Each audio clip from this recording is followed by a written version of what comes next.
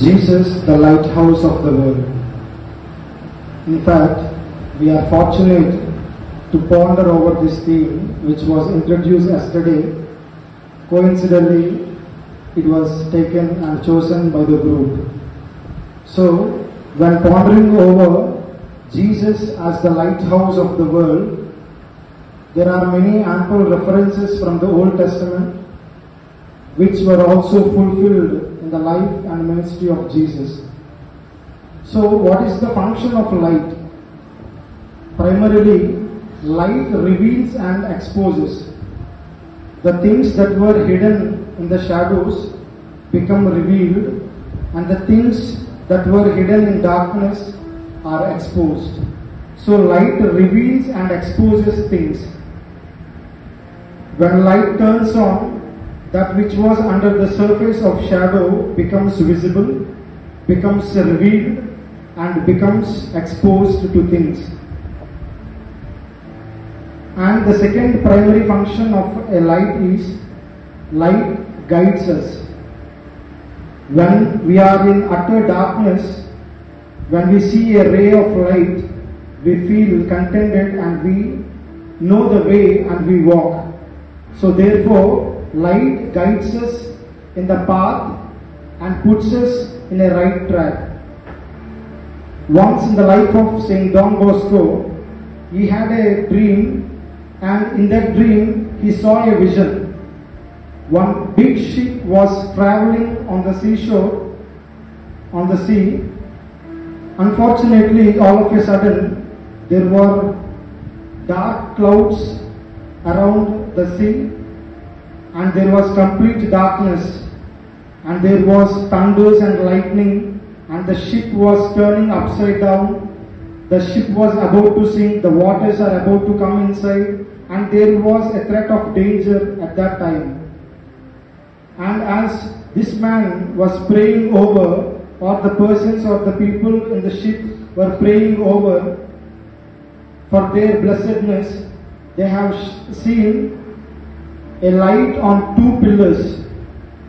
On one pillar, light is shining brightly, and on the other pillar, there was light. On one pillar, he saw Mother Mary, and with an inscription, "Help of Christians." And on the other pillar, he saw the Blessed Sacrament, in the sense the Holy Eucharistic, the Holy Host, or we can say the Holy Eucharist. So this light was shining brighter. And when this ship traveled between these two pillars, the ship reached its destination safe and sound. So what I want to draw your attention is that this light is not a thing. We have seen the functions of light that which reveals, exposes, guides. But here is a light, it's not merely a thing, but he is a person. And we all know from the gospel account that which we have read now, "I am the light of the world," says Jesus. So this light which we are pondering upon, we are not limiting its function to mere sensuality or to sense perceptions, but rather he is a person to be experienced. He is a person to be felt. He is a person to journey. He is a person to travel in our ups and downs, trials and tribulations of our life.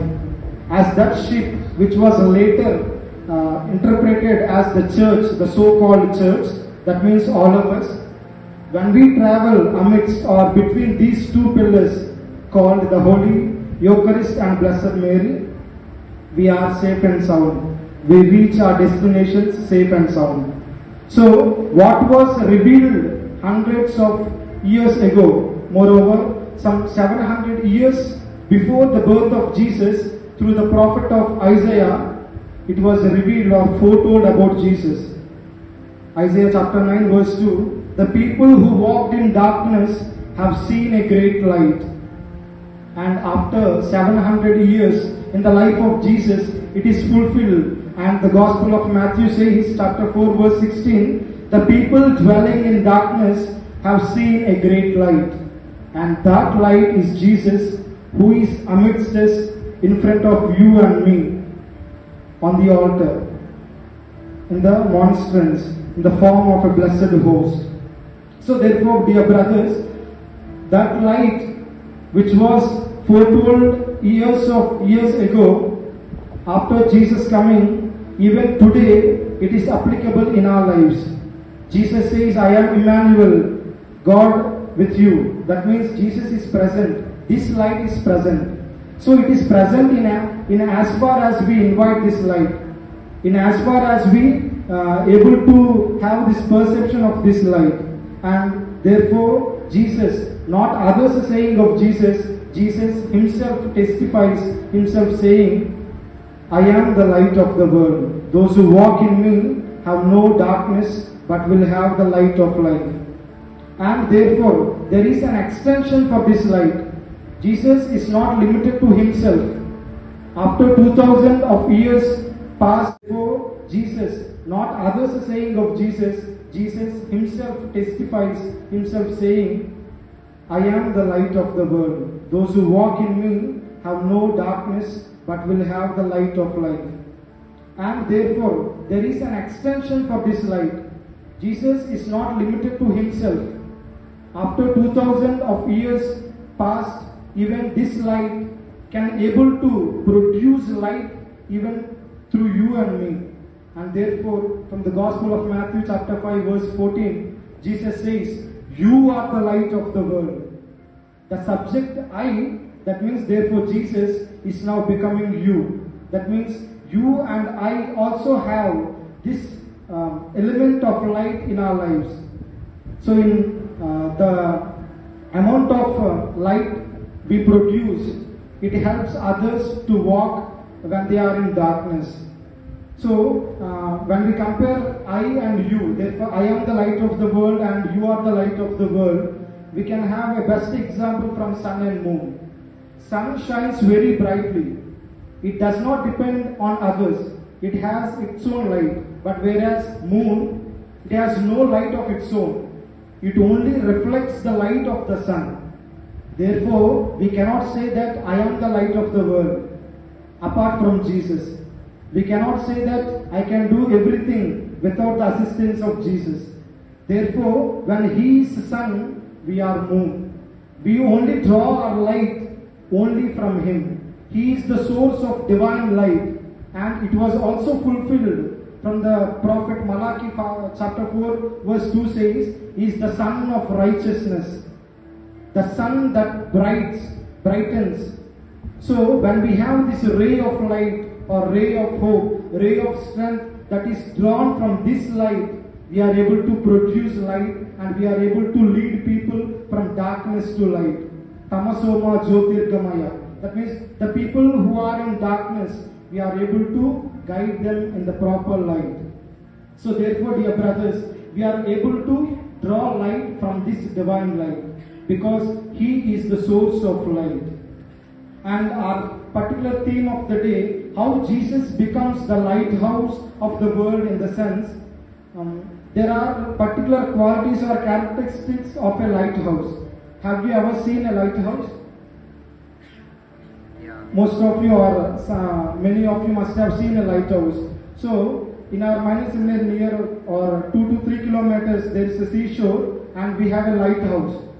One day I have an interaction with an elderly man and I pointed out that such big structure, I didn't know that it is a lighthouse. And I asked an elderly man and he told, this is a lighthouse. To my ignorance I asked, do we find a variety of lights in this house? Then he told, you are wrong. It's not a shop where lights are sold. Then he told, this is a lighthouse and it has certain features or it has a role to be played on. And in my interaction with that man, he says, it provides navigational lights to guide the ships. So the sailors who go on for fishing or any other purposes, when there is complete darkness in the sea, with the help of this light, with the help of these navigational lights from the lighthouse, they are able to journey back home. And also, lighthouse is a symbol of strength and resilience. Amidst the strong waves and stormy winds, this lighthouse able to withstand these powerful storms. Also, lighthouse is a symbol of hope and security. So when storms arise, ships move upside down, the sailors may about to lose their hope in life. At that particular moment when they see a lighthouse, they are filled with hope and security. Finally, lighthouse is a symbol of awareness and being. So they are comforted when they see a lighthouse. They are aware that we still have life. So when we compare or when we have a resemblance of this lighthouse with the life of Jesus as the lighthouse of the world, He provides a navigation to our lives. He directs our lives. When sometimes we go astray, we walk in a way that is not up to us. So He directs in a way that we are about to walk. When we lose hope in our lives, here is a lighthouse. He gives hope and security in our lives. So we are not left unaided, but we can stand strong in times of tribulations and trials. Finally, a symbol of awareness and being, He is amidst us as Emmanuel. In the form of the Holy Eucharist, we receive daily. So therefore, dear brothers, when Jesus says, "You are the lighthouse of the world," let us call to our mind the features or the characteristics of this lighthouse. Only from this lighthouse we can produce light. Only when we reflect light from this divine light, we are able to give light to others. So therefore, you are a lighthouse of God. Your immaculate life must be poured over the dark waters of the world. You are a lighthouse in its foundation. No matter how strong the winds are, no matter how strong the heavy storms are, but when the lighthouse has its strong foundation, it stands strong. In the same way, when we have a strong conviction and when we have, no matter how strong the heavy storms are, but when the lighthouse has its strong foundation, it stands strong. In the same way, when we have a strong conviction and when we have a strong faith in our life, we can stand strong. So, lighthouse, another feature is that it stands alone. We cannot see a lighthouse in the city. We cannot see a lighthouse amidst the houses. It always stands apart from other houses. Only when it stands apart from other houses, it is able to produce light and it is able to help the sailors in the sea. In the same way, in order to serve their rest, we are often at times leave the rest. Therefore, our life is not with the people, with the crowd. Our life is with Jesus. Sometimes we are set apart from people, set apart from our own near and dear ones, only to produce light in a way appealing to Jesus. And therefore, you are also set apart to warn men against shallows of temptation, hidden rocks of sin, foaming seas of passion. Also, the lighthouse is not recognized. It is not very often understood very positively. And also, it is always misunderstood and unappreciated. Only in a moment of darkness, the sailors look for a lighthouse. In the same way, are we turning to Jesus only in times of trials and tribulations? Let us ask ourselves. But one thing, dear brothers, when the black night comes down, the white waves roar up, the wind howl and the storms break, then every eye looks for a lighthouse ray, and every ear tries to listen for a lighthouse bell. So therefore, dear brothers, are we able to produce a ray of hope? Are we able to give a ray of light to others, those who are in darkness? Are we able to produce a ray of strength when someone goes down? Let us introspect ourselves and try to ponder over this lighthouse, Jesus, and try to reflect and try to gather light from this source of eternal or divine light. Amen.